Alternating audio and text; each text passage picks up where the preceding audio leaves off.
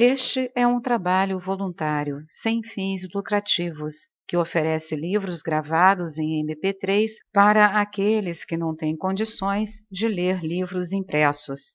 Para ouvir este e outros livros gratuitamente na íntegra, acesse nosso canal e leia as instruções na aba Sobre. Este livro foi gravado para o uso exclusivo da pessoa com deficiência visual, não podendo ser comercializado de acordo com a Lei nº 9.610, de 19 de fevereiro de 1998. Então ele começará a compreender vagamente a significação subjacente às palavras do Mestre. Reprime teu eu inferior com teu eu divino, e com o eterno reprime o divino. O eu divino é essa alma que deve reprimir a mente inferior.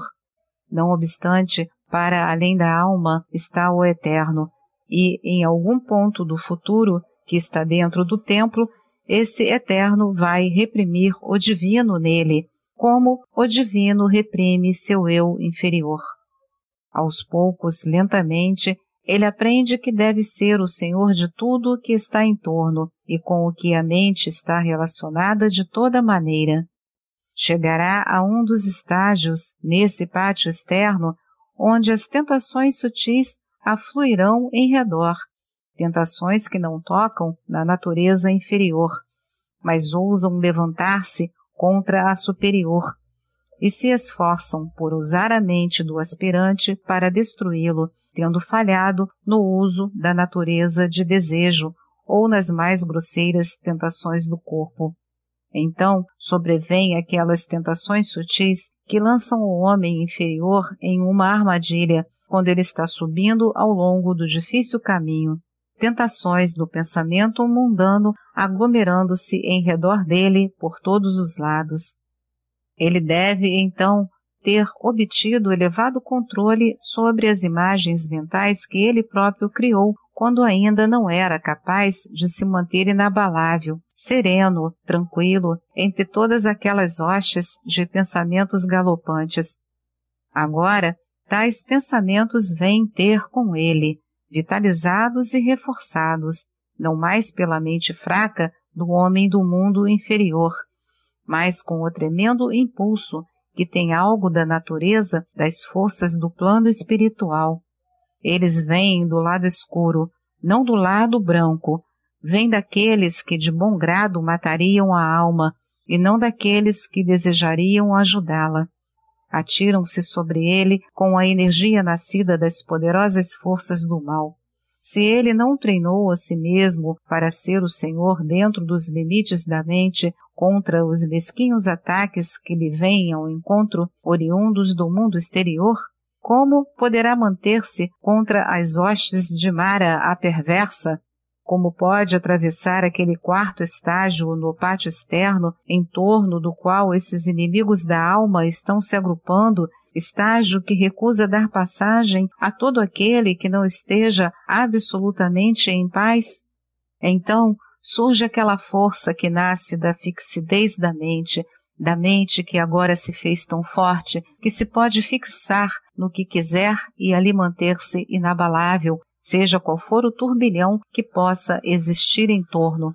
Essa fixidez é tão grande, tão firme, que nada do que seja externo pode agitá-la, tão forte que já não precisa esforçar-se, porque ultrapassou o estágio onde tal esforço é necessário.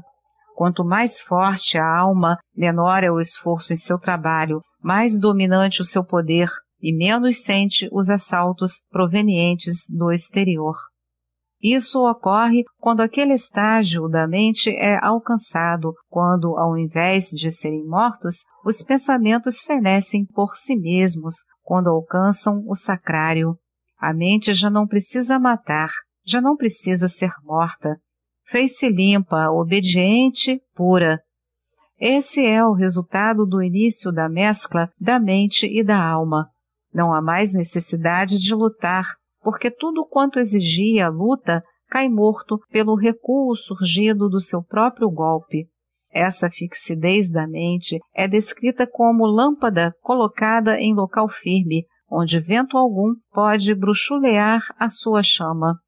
Ela está em um lugar de repouso, onde a vontade começa a ser compreendida, onde reina a paz absoluta, lugar que fica à sombra das paredes do templo. Lê-se em antiga escritura que quando um homem se liberta do desejo, quando se liberta da mágoa, é então, na tranquilidade dos sentidos, que ele contempla a majestade da alma. Na verdade, ele vê, pela primeira vez, não mais através de relances furtivos, pelo raio que vai e vem, mas nessa paz absoluta, onde não há desejo nem inquietação pela mágoa. Ali, a majestade da alma brilha por inteiro e a mente a reflete tal como ela realmente é. Porque essa mente que antes era um espelho coberto de pó, um lago encapelado pelos ventos que sopravam de todos os lados, tornou-se um espelho polido que tudo reflete com perfeição.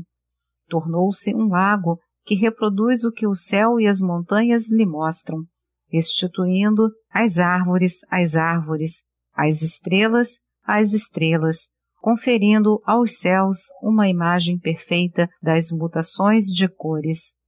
Antes disso, todavia, há um momento de perigo a que a voz da advertência se referiu. Há um momento em que o ponto está quase alcançado, quando a chama da lâmpada já não bruxuleia, quando a mente e a alma reúnem-se por um momento no último embate. Então, a mente torna-se um elefante enraivecido na selva.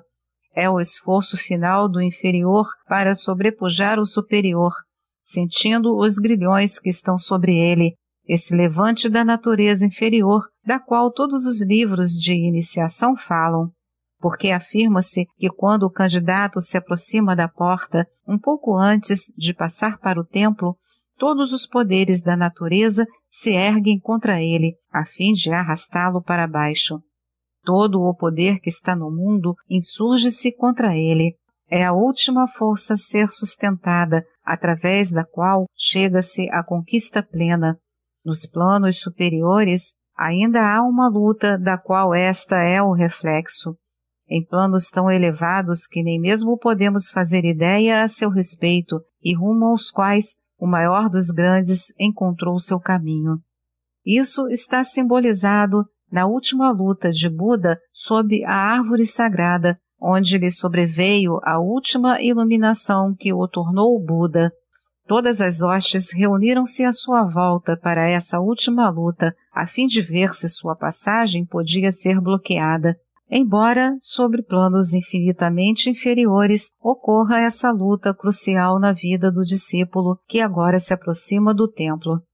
Como ele vencerá essa luta? Como ele irá, nesse caminho probatório, pisar as pegadas dos precursores? Das palavras do Mestre vem o auxílio, dos seus lábios a sugestão que nos guiará. É preciso, ouvimos no silêncio, encaminhar essa luta para a alma diamante. O que é a alma diamante?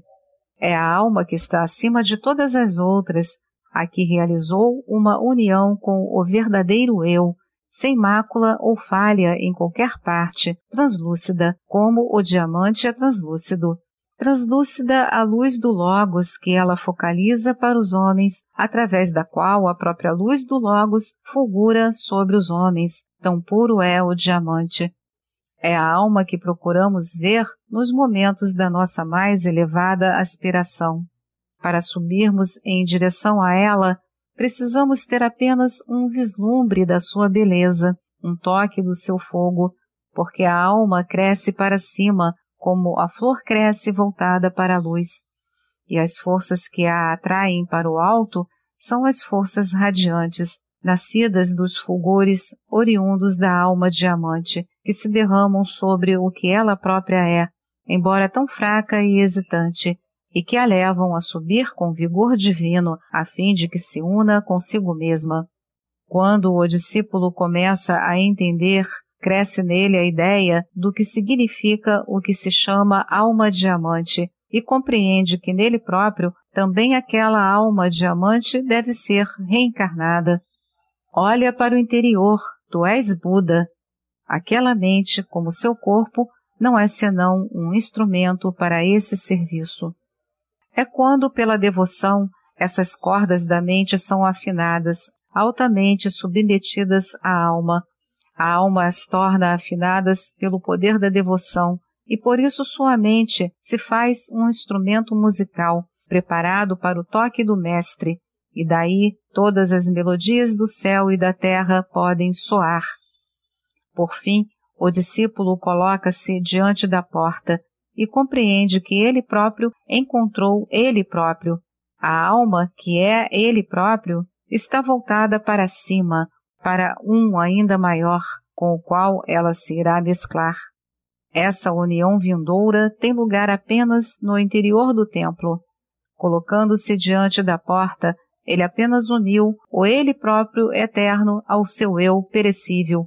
Ele próprio, alma, ao ele próprio que é a sua mente. Então começa a veneração, que significa a identificação com o mais alto. O candidato aprende que em sua vida cotidiana a alma pode estar sempre venerando. Faça a mente o que fizer, ocupe-se o corpo no que se ocupar. Compreende finalmente que a vida do discípulo é absolutamente veneração ininterrupta do mais alto, na incessante contemplação da alma diamante. Enquanto a alma está assim ocupada no pátio do templo, o corpo e a mente estarão trabalhando pela humanidade que precisa deles no pátio externo e, além dele, no mundo. O corpo e a mente são instrumentos enquanto o homem está vivo. São seus mensageiros e seus trabalhadores, enquanto ele próprio está em veneração.